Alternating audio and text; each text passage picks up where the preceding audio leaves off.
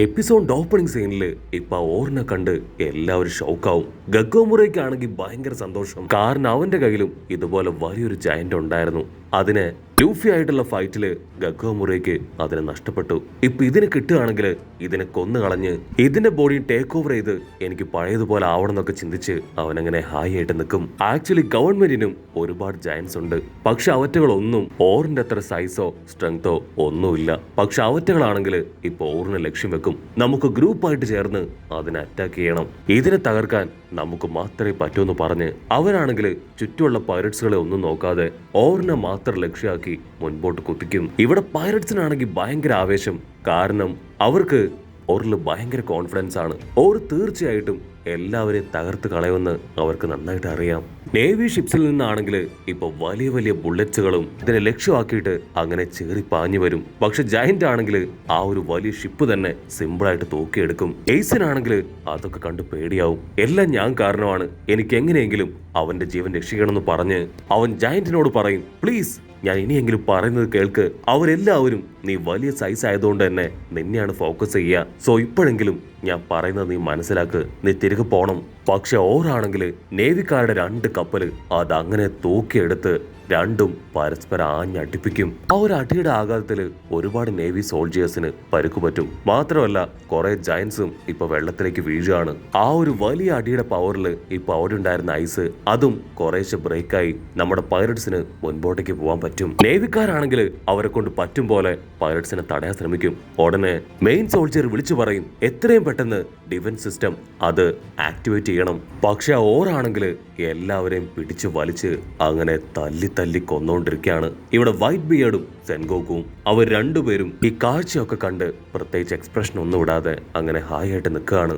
ആ ഒരു പ്രദേശം മുഴുവൻ ഇപ്പൊ യുദ്ധമൊക്കെ ചെയ്ത് രക്തക്കളവായിട്ട് കിടക്കുകയാണ്. നമ്മുടെ കണ്ണാടി പയ്യനാണെങ്കിൽ അവന്റെ കൈയും കാലും ഒക്കെ വിറയ്ക്കും. അപ്പോഴായിരിക്കും കണ്ണാടി പയ്യനും ഹെൽമപ്പൂനും നേരെ ഏതോ ഒരു വില്ലൻ ചാടി വീഴുക. ഉടനെ ഒരു റിയർ അഡ്മിറൽ ആളങ്ങനെ ചാടി വന്ന് ആ വില്ലനെ വെട്ടിയെറിയും. അതിനുശേഷം അവരോട് ദേഷ്യപ്പെട്ട് ചോദിക്കും, നിങ്ങൾ ഇവിടെ എന്താ ചെയ്യണേ? എല്ലാവരും ഫൈറ്റ് ചെയ്യുന്നത് നിങ്ങൾ കാണുന്നില്ലേ? വെറുതെ വായി നോക്കി നിൽക്കാതെ എത്രയും പെട്ടെന്ന് അറ്റാക്ക് ചെയ്യാൻ ഇപ്പൊ നമ്മുടെ ആൾക്കാരുടെ അടുത്ത് പറയും. നമ്മുടെ കണ്ണാടി പയ്യനാണെങ്കിൽ അത് കേട്ട് ഭയങ്കര അപമാനമായി തോന്നും. അവന്റെ കയ്യിലാണെങ്കിൽ ഇപ്പൊ പ്രത്യേകിച്ച് ആയുധമൊന്നുമില്ല. പക്ഷെ എങ്ങനെയെങ്കിലും ഫൈറ്റ് ചെയ്ത് തന്റെ പവർ എന്താണെന്ന് കാണിച്ചു കൊടുക്കണമെന്ന് കണ്ണാടിപ്പയ്യന് ഭയങ്കരമായിട്ട് ആഗ്രഹം തോന്നി. അവ കൈയൊക്കെ ചുരുട്ടി അങ്ങനെ നിലത്ത് ആഞ്ഞിടിക്കുകയാണ്. അതേസമയം നേവിയുടെ ആ ജയന്റുകള് ഒറ്റകളാണെങ്കിൽ ഇപ്പൊ ഓറിനെ അങ്ങനെ റൗണ്ട് ചെയ്ത് നിൽക്കും. അതിന് ജയന്റ് ദേഷ്യപ്പെട്ട് പറയും, മര്യാദയ്ക്ക് ഇപ്പൊ തന്നെ മുമ്പ് ഇത് മാറി നിന്നോ, എനിക്ക് എയ്സിന്റെ അടുത്തേക്ക് പോകണം. എന്നെ ആരെങ്കിലും തടഞ്ഞ അവര് പിന്നെ ജീവനോട് കൂടെ കാണില്ല. നേവി ജയന്റ്സ് ആണെങ്കിൽ ഇപ്പൊ അവനെ അറഞ്ച വെട്ടാനായിട്ട് തുടങ്ങും. പക്ഷെ അവൻ സിമ്പിളായിട്ട് അവന്റെ കൈ നീട്ടി അവരെ ചുഴറ്റി എറിയും. വൈറ്റ് ബേർഡ് ടെൻഷനായിട്ട്, ഓർ നീ എന്തായി ചെയ്യണേ? നീ ഇനിയും മുൻപോട്ട് പോയാ ആ നേവി സോൾജിയേഴ്സ് മുഴുവനായിട്ടും നിന്നെ റൗണ്ട് ചെയ്യും.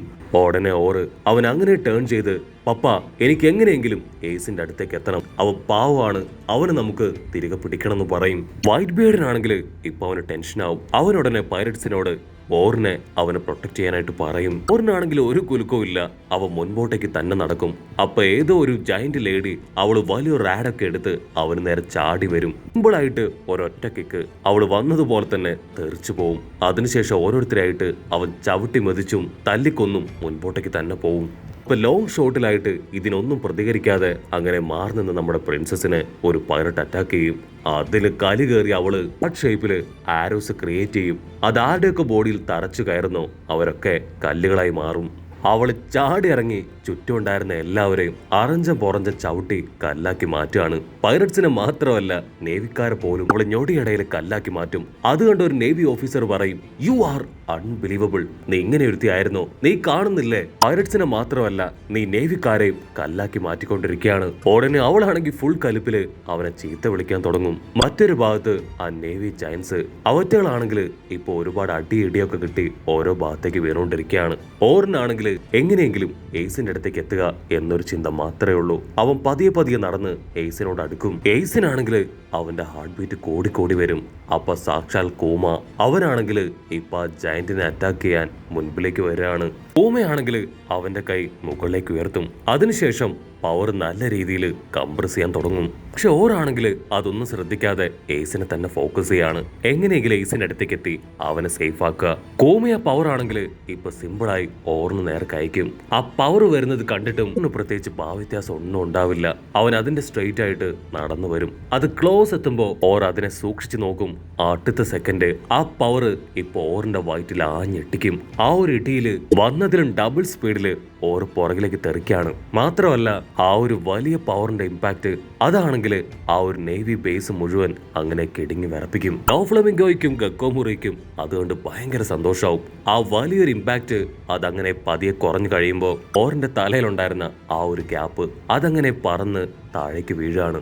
ക്യാമറ ഉടനെ സൂം ചെയ്ത് ഇപ്പൊ ഓറിനെ കാണിക്കും. മൂക്കിലൂടെയും വായിലൂടെയും ചോര തുളുമ്പി കോൺഷ്യസ് നഷ്ടപ്പെട്ട് അവനങ്ങനെ ആടി നിൽക്കും. എയ്സ് ആണെങ്കിൽ ഓർ എന്ന് നിലവിളിക്കും. ആ ശബ്ദം കേട്ട് ഇപ്പൊ അവൻ കോൺഷ്യസിലേക്ക് വരും. പക്ഷെ എന്താ വലിയൊരു അടി കിട്ടിയതുകൊണ്ട് തന്നെ അവന് നിൽക്കാൻ കഴിയാതെ മുട്ടുകുത്തി താഴെ ഇരിക്കും. ഓർ ചുറ്റും നോക്കും. അവൻ നിന്ന സ്ഥലം മുഴുവൻ ആ ഇമ്പാക്റ്റിൽ തകർന്ന് തരിപ്പണമായിരിക്കാണ്. എയ്സ് ആണെങ്കിൽ നിർത്താതെ വീണ്ടും വീണ്ടും അവനോട് റിക്വസ്റ്റ് ചെയ്യും, പ്ലീസ് ഇനിയെങ്കിലും നീ തിരികെ പോ.